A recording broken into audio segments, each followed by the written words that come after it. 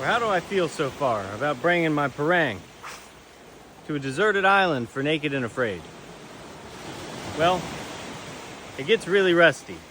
That's bound to happen. It's an ocean. How do I take care of it? Today I'm going to show you how I keep a good edge and get rid of some of this rust. Now it may seem a little bit backwards, but the cause of all this rust is the salt in the salt water. But the sand could be a temporary fix, so I use it like sandpaper. The next step is to find a nice flat stone. We're going to start rubbing it on the middle. The more you do this, the flatter the stone gets. And you really want a flat stone for the next part.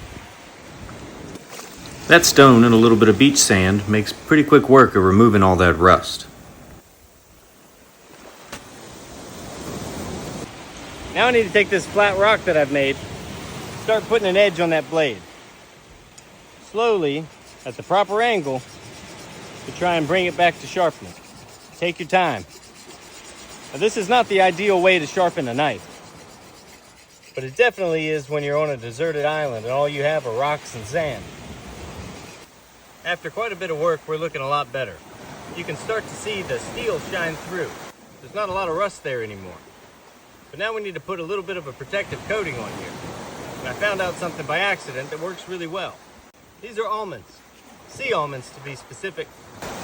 Their skin is very acidic, so it actually leaves a protective coating on your steel.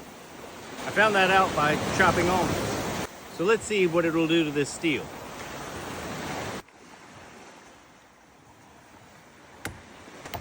Much like cold bluing, the acid in the almond skin forces a patina of black iron oxide, which mitigates rust. As you can see, it puts a bluish hue on the steel. The longer it sets on the blade, the more it'll oxidize. Over time it becomes pretty dark.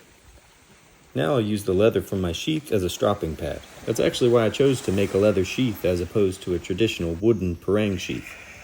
And now we can see how sharp it is. Sharp enough to shave my leg.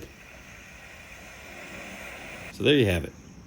This is a proper way to care for a knife in a survival situation where the elements are pretty harsh. And now I can get to work on a raft that'll be big enough to carry 5 of us off of this island. So y'all stick around for more updates, and remember, those old ways aren't lost. They're just waiting for you to find them.